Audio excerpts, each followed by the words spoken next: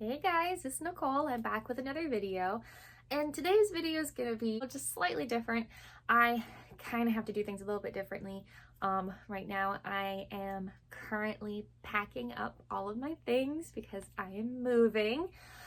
I don't think I revealed before in any of my other videos where it is specifically that I'm moving, but I will reveal at least kind of the general area. So I'm going to be moving to New York, not in the city, just like a little north of there, like in an actual neighborhood. I will be moving to New York pretty soon. I have my place there and secured. It's just a matter of packing and moving. So a lot of my stuff is starting to get kind of put into boxes, and it's kind of hard to be like, okay, let's get this book out and do like a video about this particular book. So I kind of wanted to go along with the theme that I had in one of my previous videos, a book that I read in school that stuck with me. However, I don't have this book physically, so I figured now would be the perfect opportunity to just kind of talk about the book, and I'll put the image of the cover right up next to me so we can talk about it a little bit. So that's what we're going to do today for this video. But before I get into that, I wanted to say if you have subscribed to my channel recently, thank you so much. Every single one of you that has subscribed at any point in the past, when I first started my channel up to now, honestly, just you all mean so much to me.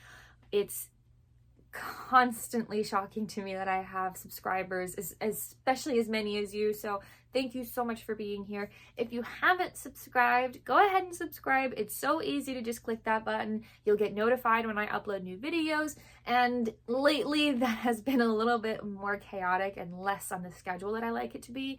Normally I upload every Tuesday and Friday, but things have been a little bit chaotic as of late. So while things are getting a little bit crazy until we get settled, you should definitely be subscribed because you'll get notified whenever the new video uploads. So also, if you end up enjoying this video, please like, comment, and share. I always want to hear your thoughts.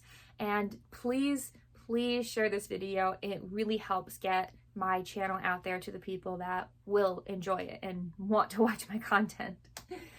So that being said, let's go ahead and talk about the book that we're going to talk about today. So today's book is The Watsons Go to Birmingham by Christopher Paul Curtis. So I read this book in the 6th grade, and it was part of curriculum. We read it in school, and it really stuck with me. And it is like a book with heavy topics, don't get me wrong, but they are written in a way that is very age appropriate, especially for the age that I read it out. 6th grade was 11 to 12 years old ish, and to me that felt like a good age to start not just start, but to really fully delve into a novel with the perspective of someone who grew up in that era. You know, as you can see on the cover, it says 1963, and I don't know actually anything about the author. So I actually have it pulled up here. I'm pulling this all from Penguin Random House, and I obviously have the picture here, and I'll link it below in the description so that if you want to order the book, you can. I actually don't know much about the author. Oh wow, it was his first novel. The Watsons Go to Birmingham, 1963 was his first novel and was singled out for many awards. That's not surprising. So yeah, I don't know. It seems like it might have been based on some personal experience writing the book. It's like a fictional book, but based on real events. It's like historical fiction because it's based on real events, but the characters themselves are fictional people. And it's written for the intent of, let's get, specifically children's, it's written for children in a specific age range. Let's get a perspective that is age appropriate for them, and also something that they can learn to empathize with. And so I'm gonna go ahead and read the blurb that is listed here on the website.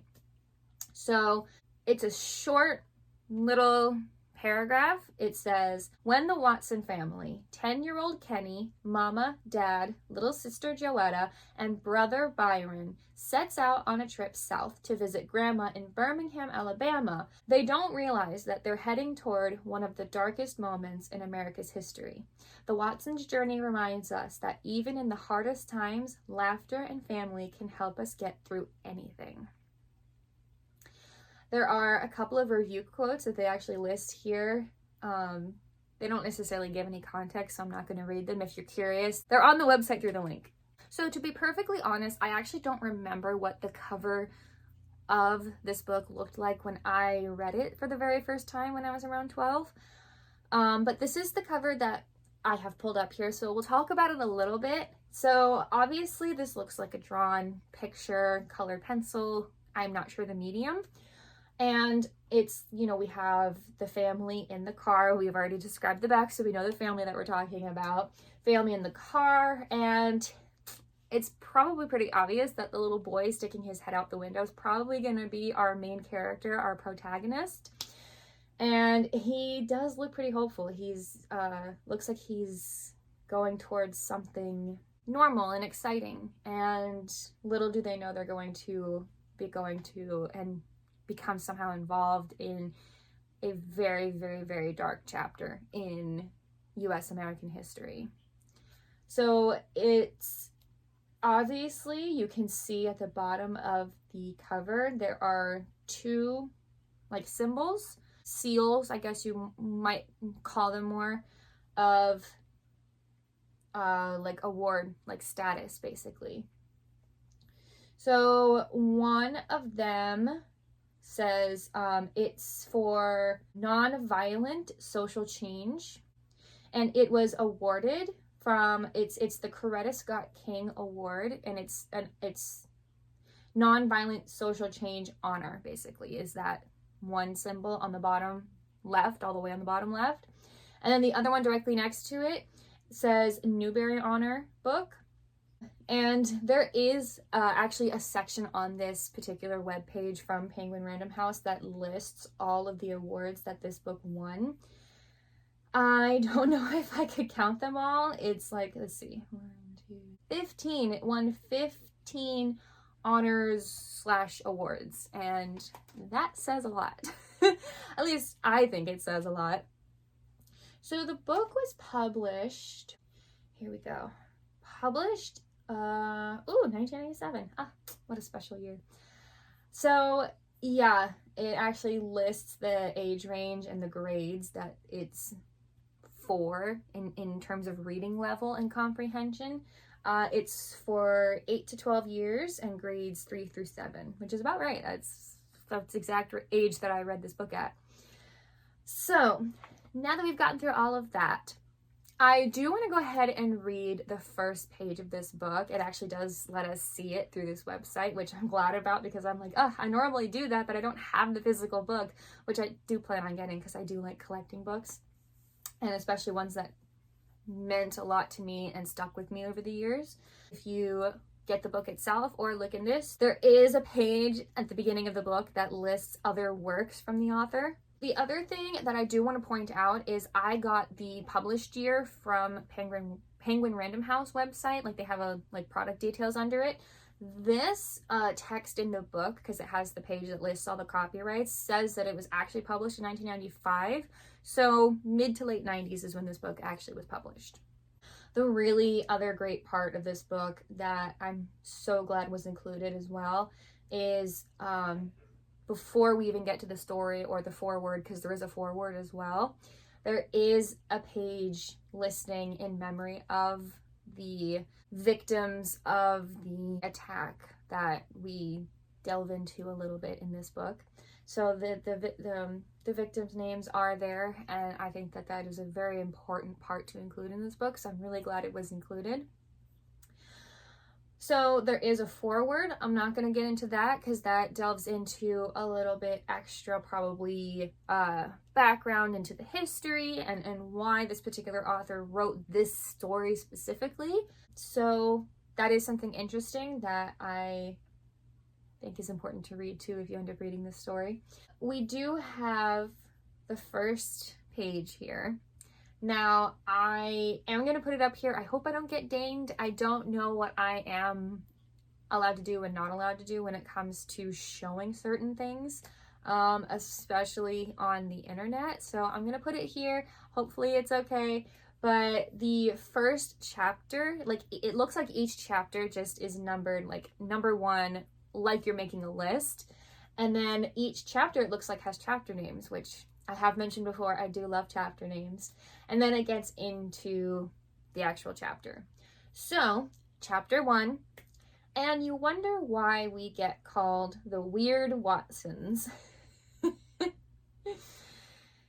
It was one of those super duper cold Saturdays. One of those days that when you breathed out, your breath kind of hung frozen in the air, like a hunk of smoke, and you could walk along and look exactly like a train blowing out big, fat, white puffs of smoke. It was so cold that if you were stupid enough to go outside, your eyes would automatically blink 1,000 times all by themselves, probably so the juice inside of them wouldn't freeze up. It was so cold that if you spit, the slob would be an ice cube before it hit the ground. It was about a zillion degrees below zero. It was even cold inside our house. We put sweaters and hats and scarves and 3 pairs of socks on and still were cold.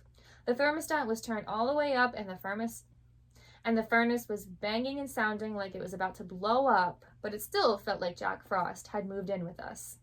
All of my family sat real close together on the couch under a blanket. And that's the first page.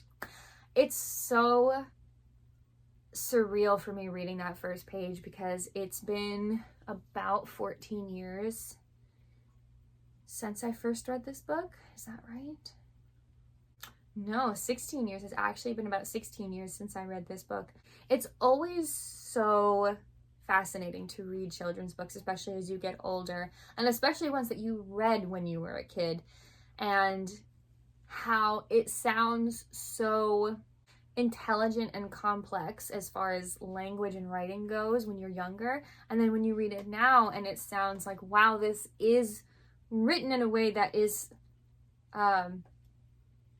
something that is more understandable and comprehensible for someone between the ages of 8 and 12 years old. And it starts out really great because it's perfect how it draws you in, especially if you're a kid reading this book, you know, with super duper cold Saturdays. You know, it was about a zillion degrees below zero. You know, it's exactly how kids talk. And I think that that is a beautiful way to start the story, to get the kids into the story, to absorb them into the story. And that's what novels are supposed to do. And so it does that really well. And this is just the first page.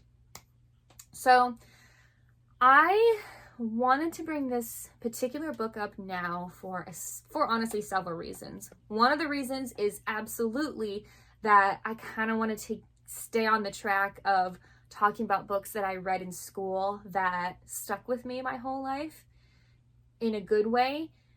But also, it just feels really important to talk about Black history in the US right now. You know, it's something that is part of American history that was touched on a little bit when I was in school. I will admit, even when I was in school, public school, a lot of history was whitewashed and changed and told as a different version, but there was still a lot more accurate history, which involves Black history. And I know we're not in Black History Month anymore. I honestly kind of wanted to do this during February, but I was traveling so much that the schedule just didn't line up. Let's just put it that way. But the truth is, we need to be talking about and celebrating Black history year long anyways. So now is as good a time as any, and in fact, probably a very important time to talk about this book. This was such a critical book for any child to read in school, but it was definitely one for me to read when I was in school. I am, this is pretty obvious, I'm white. Who would have guessed? And obviously, you know, as much as I empathize and try to sympathize with other people who have different experiences than me, it's not going to be the same. And I will absolutely always do my best to keep an open mind and listen and not assert myself in situations where I don't belong. Reading books, and especially reading books that will help put you into that mindset, gives you the best chance to empathize with that character, with someone that, even though themselves are fictional, are based entirely on real people, real everyday Americans. This specific book, obviously from the 1960s, but even to this day, racism is alive and well. It is systemic. It is still alive and well. And this book is incredibly important to read. And I really want to talk about it because book bans are still all over the place in the US, and it's so hard to keep up with them and how much worse that they're getting and how many more books are getting banned. But one thing is for sure is that there is a growing movement to suppress certain aspects of US American history. And I wholeheartedly stand against that. And I hope to use my channel in ways, especially with novels and other books, to fight against that, because Black history is American history. It's part of our history. And if it makes you uncomfortable, that just is what it is. You can't change what actually happened. Everyone deserves to know what happened. And the obvious reason is you need to know what happened in the past, the actual truth, so you don't repeat what happened in the past. That's the obvious reason. But the truth is, it's also just, it's American history. We talk about, you know, who the first president was, and we talk about like the ships like the Mayflower that brought over the first Americans. And I say that in quotation marks for a reason. And we talk about such specific parts of history that it's so very clear that it's an attempt to whitewash American history. And I'm not going to let that happen. I know there's a lot of other people that are also not going to let that happen. And this book really helps that cause. Without giving away too much of the plot, because obviously, in case anyone hasn't read it and wants to read it, I don't want to give too much away just for spoiler purposes. Getting into the plot a little bit of the book, this specific plot kind of centers around an actual real life attack that happened. Specifically, I looked this up because I wanted to get this information right.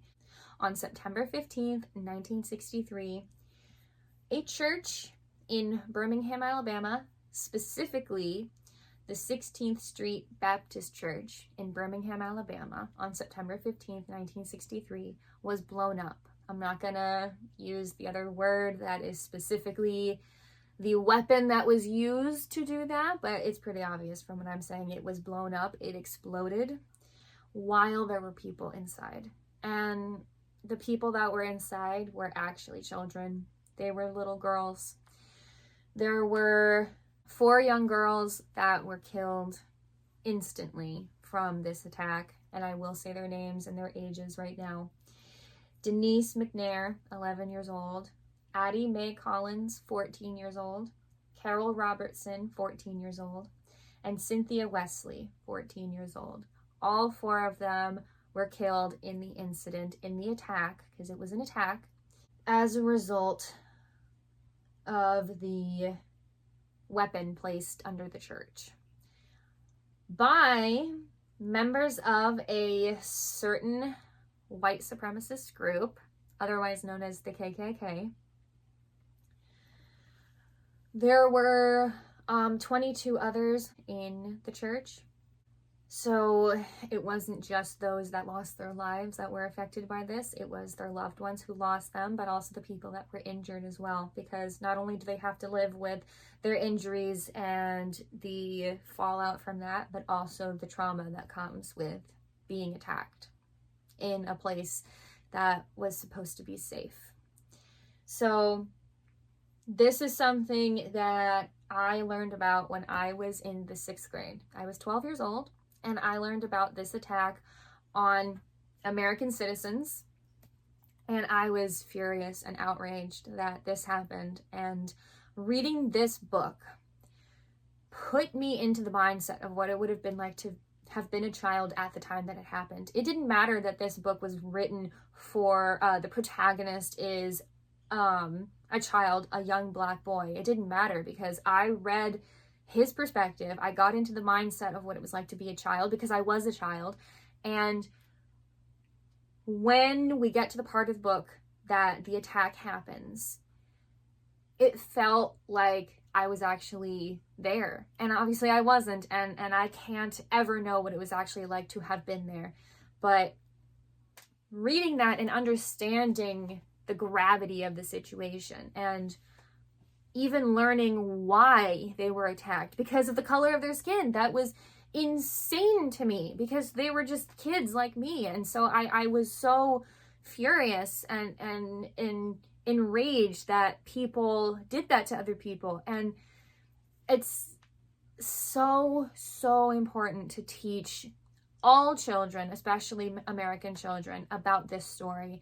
And if you're white like me and it makes you uncomfortable, I actually don't know why it makes you uncomfortable, to be honest. I want to say, well, it's gonna be uncomfortable, but the truth is it's not uncomfortable for me. You know, it's uncomfortable in the sense that this horrific thing was done to these people, and these girls, my age at the time that I read the book, lost their lives from it, and that's what makes the event uncomfortable for me.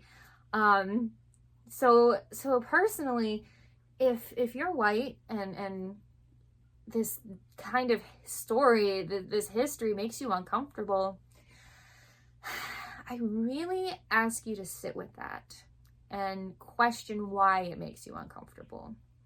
Because unless you were the perpetrators that did this, why does it make you uncomfortable?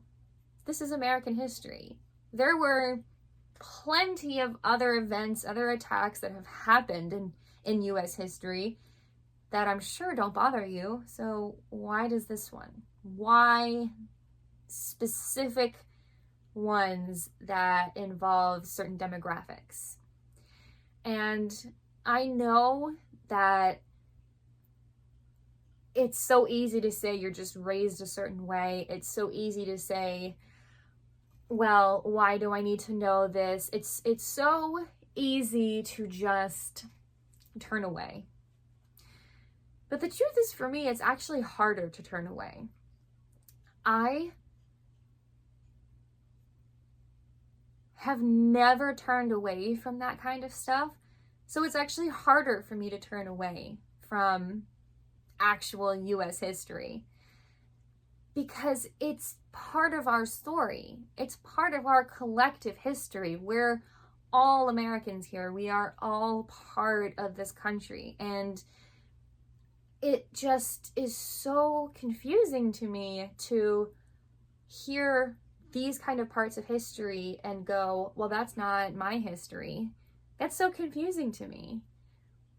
Black history is American history. I'm an American, so it's part of the history that involves my history as well. It's synonymous, and it's part of what makes us a country and how we're going to move forward to make this country better for every single person that lives here, regardless of race, ethnicity, citizenship status. It's part of our story. So if this kind of story makes you uncomfortable, I genuinely urge you to sit with why that makes you uncomfortable. And I know it can be isolating when you feel like this is something you want to talk about with someone and maybe don't know how to broach the subject to learn more without seeming ignorant. But I encourage you to read this book. Even if you read it when you were young, just like I did. If reading this book, if me talking about this book and why Black history matters, if any of that makes you uncomfortable, read this book.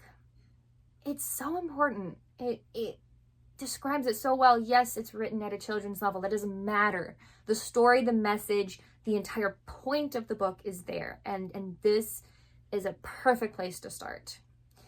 You have to start somewhere. And reading this book will give you a little bit of the perspective that it takes to just feel something for somebody else. Feel what someone else was feeling. And I hope that you do that. You know, I never want to alienate anybody on my channel, but at the same time, I'm also going to stand for what I believe is right.